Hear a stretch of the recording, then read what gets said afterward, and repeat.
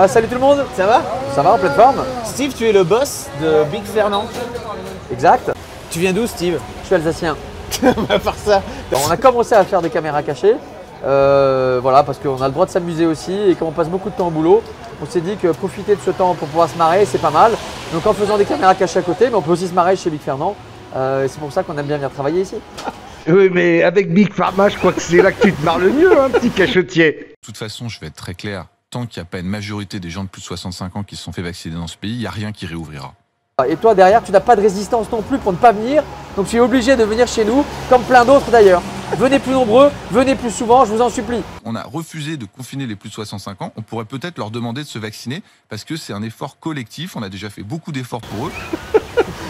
Les formes plus sévères, vous auriez une explosion des hospitalisations et ensuite les patients passeraient en réanimation. Il n'y a aucune raison que les réanimations augmentent décorrélées des hospitalisations conventionnelles. Ça veut dire quoi? C'est-à-dire que les médecins poussent les patients en réanimation. Mais pourquoi?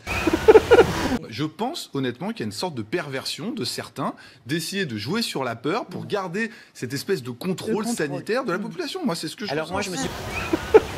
Aujourd'hui, il y a une guerre et cette guerre, elle est contre les antivax. Et je le dis clairement, ce sont des gens qui n'ont aucun scrupule, qui utilisent les pires méthodes et qui font extrêmement mal dans le monde entier. Et les Américains s'en rendent compte. Et c'est notre vrai ennemi collectif. Ce n'est plus le virus, parce que le virus, on peut le combattre.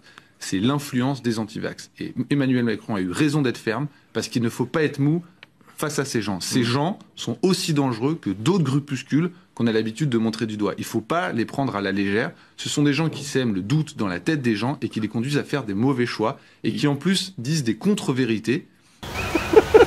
Mais ton discours est tellement rodé, c'est fantastique. Mon discours n'est pas rodé, c'est le discours de la vérité en fait. Tu l'incarnes bien d'ailleurs, toi. J'ai essayé de donner le tempo au début et puis maintenant, il y a deux personnes qui font ça mieux que moi chez nous. Maintenant, on va faire tous nos efforts pour contrôler nos clients. Et je pense qu'ils vont jouer le jeu. De toute manière, on n'aura pas le choix. Merci à vous, Steve Burgraff. Vous êtes, je vous le rappelle, cofondateur du restaurant Polichinelle dans le 15e arrondissement de Paris. Qu'est-ce que t'es fort, Steve? Tu me bluffes.